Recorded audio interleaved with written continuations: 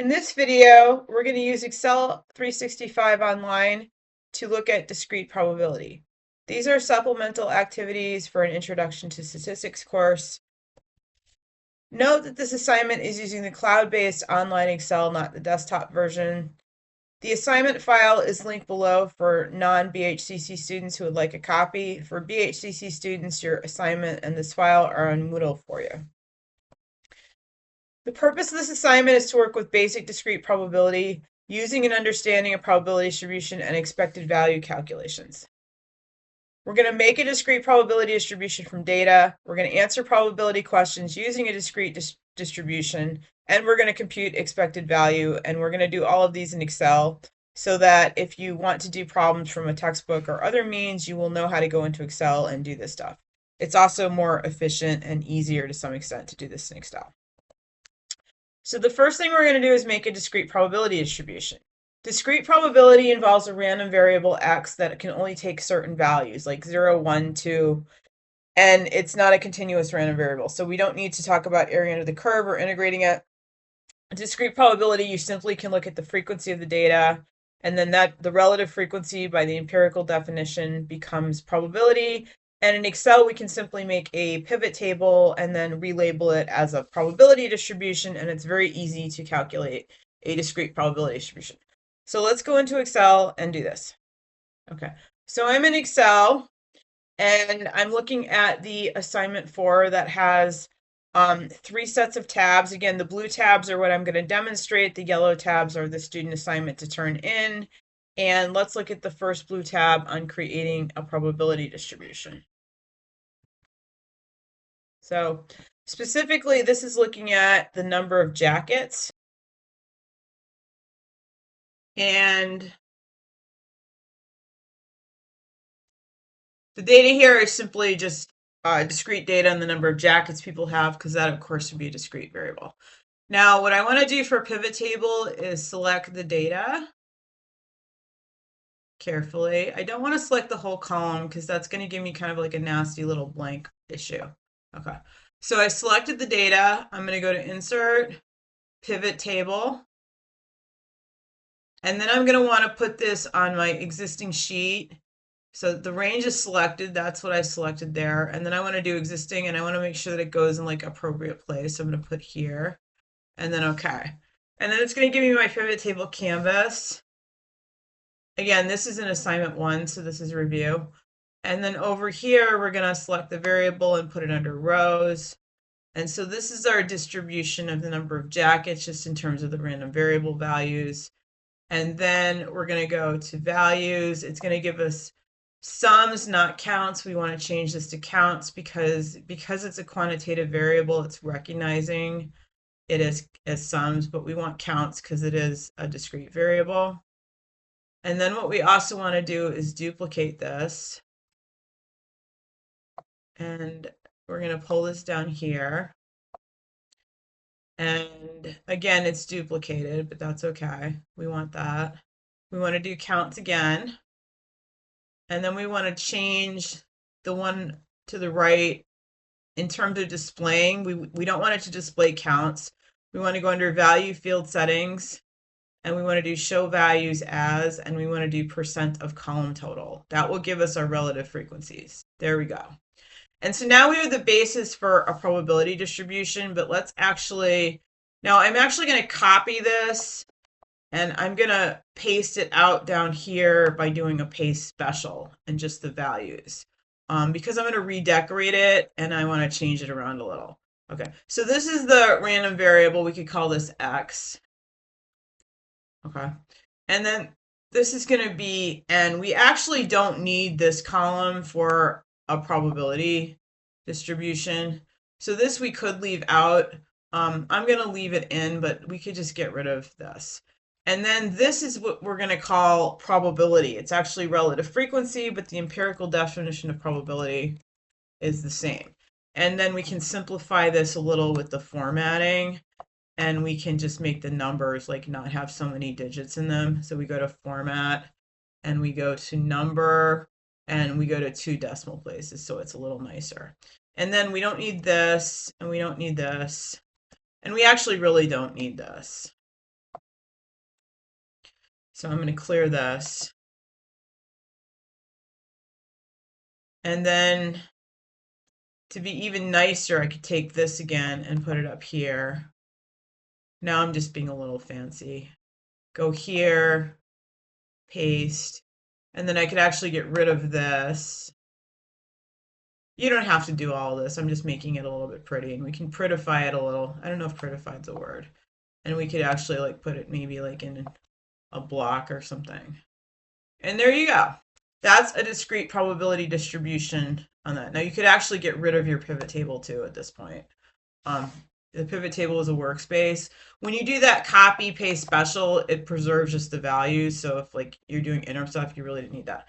So there is a nice little probability distribution on the number of jackets. One more thing that I might do, I'm not going to do this here because I have to be careful not to disrupt that. It might be nice. Actually, let me see if I can do it. Maybe I can. I'm being adventurous. Yes, I can. I don't think that disrupted anything. Is to put in, see how the 7 is actually missing? So we have 0, 1, 2, 3. That's because no one had 7 jackets. But it's nice to actually put in that as a probability of 0. I'm not going to fix the formatting, but that would be more complete because you don't necessarily want to have that gap there. Okay, thanks. So that's your basis of building a discrete probability distribution in Excel from a discrete variable. I mean, this is super helpful. Like if you have a really big column with a lot of data in it, it's super helpful to be able to do that. Again, it's just a relative frequency distribution in another form. Thanks. Okay, so once we have that distribution set up in Excel, we can use it for like answering compound probability questions. We can use simple probability too.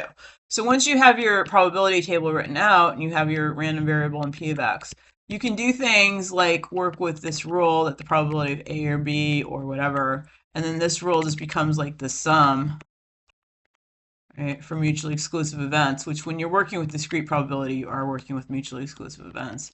And you can use some calculations in Excel to just simply answer probability questions once you have that distribution done. So let's look at some examples of that. Okay, so this next tab says using probability, and I made a probability distribution for you. This is given light bulbs, so we have 20 light bulbs, and then the probability that that number of light bulbs are defective. So what I can do here is I can answer basic probability questions. And to answer a question like find the probability that 2 are defective, I just have to read off the table. So that's actually really easy because exactly 2 is just reading the tables. The probability that 2 are defective is 18.8%. And then I can find something like find the probability that fewer than 5 are defective. Now, in order to do this, what I want to do is use my like probability basic rule because fewer than 5 means 0, 1, 2, 3, 4, 5. So fewer than 5 would be that. And all I have to do is add these up. So I can go over here and I can use the sum function. And I can do equals. And I do sum. And I can just add up this group here. Now, fewer than 5 means 0, 1, 2, 3, or 4. And so the probability that fewer than 5 are defective is 99.7%. So that's not so bad. And then I can find the probability between 2 and 6 are defective the same way and do a sum function.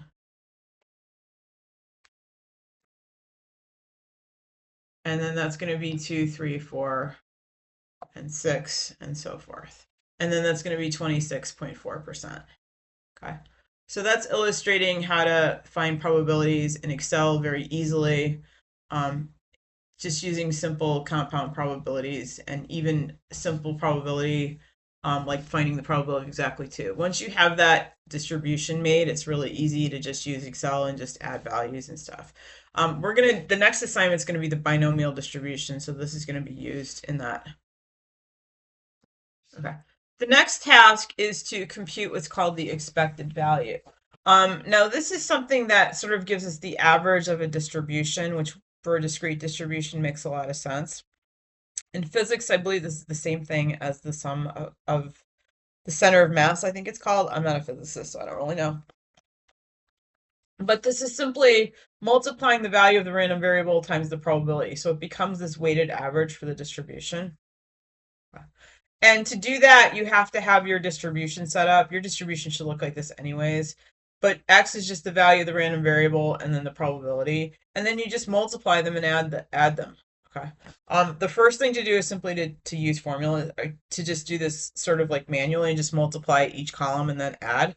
So let's look at how to do that. Okay, so I'm in the final tab, which is to calculate expected value.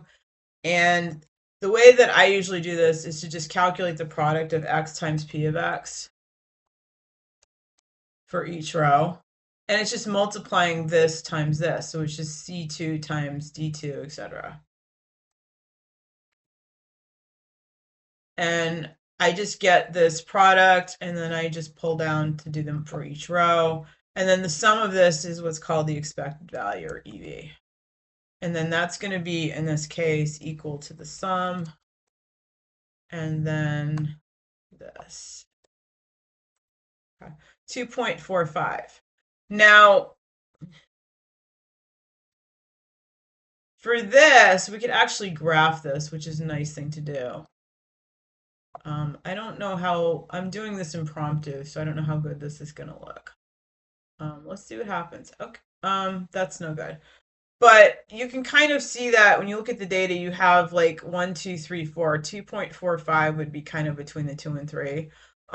Almost like half and half. So this is, you can kind of see from the distribution that like 2.5 is going to be about the average of 2.45 exactly. So that's like the average value in this distribution. Okay. Yeah. So that's one way to calculate this. The other way is to actually use, I didn't even realize there's kind of like a new formula in there. There's a formula called sum product. I don't know if this is actually that much easier, but we can use this formula as sum product as well. So let's try that. Okay. So sum product, using sum product. I have a feeling we're going to get exactly the same result. So equals, and then sum product. Excel has formulas for like everything. And then it's going to be like these guys for the first array, and then like comma, and then like this for the second array. And we get the same value. So, I mean, I don't know if this is like, you know, snazzy new formulas. I don't know if they're 100% necessary. I kind of like to see like the whole calculation out, but I guess in Excel this is a little bit better. And so that's the second way to calculate expected value, or the average of a distribution. Okay, and so students for practice have 3 tabs: making a discrete distribution, using the discrete distribution, and then doing some expected value calculations. Okay, thanks.